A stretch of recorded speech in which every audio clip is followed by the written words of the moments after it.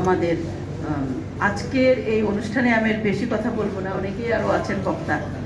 আমি শুধু বলতে চাই যে আপনাদের সতর্ক থাকতে হবে।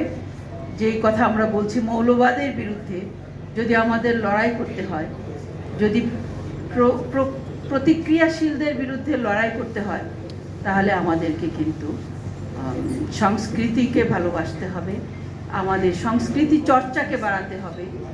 আমাদের সংস্কৃতি চর্চা যত আমাদের বাড়বে, ছেলেমেয়েরা যত সংস্কৃতি চর্চায় তারা সম্পৃক্ত থাকবেন, তারা কিন্তু কখনো মৌলবাদের দিকে যাবেন না, তারা আমরা যেটি বলি জঙ্গিবাদের দিকে যাবে না।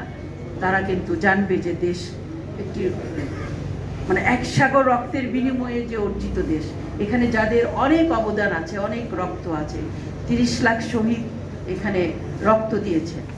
আমাদের জাতির পিতা বঙ্গবন্ধু শেখ মুজিবুর রহমান সারাটি জীবন এই দেশটি একটি দেশ, সোনার বাংলাদেশ গড়ার জন্য যে লড়াই করেছেন, এবং তিনি 7ই মার্চে যে আহ্বান জানিয়েছিলেন যে একটি এবারের সংগ্রাম আমাদের মুক্তির সংগ্রাম, এবারের সংগ্রাম স্বাধীনতার সংগ্রাম, এবং এই সংগ্রামে আমাদের মুক্তিযোদ্ধারা ঝাঁপিয়ে পড়েছিল যেই লক্ষ্য নিয়ে।